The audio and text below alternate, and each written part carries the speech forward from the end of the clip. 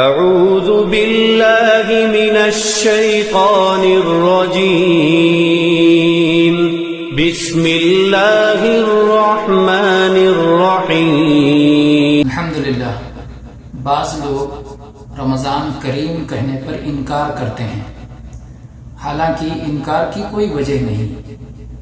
کریم کے معنی عربی زبان میں معزز ہوتا ہے، جیسے رسول کریم، قرآن کریم، ویسے رمضان کریم عزت والا مہینہ، فضیلت والا مہینہ، برکت والا مہینہ۔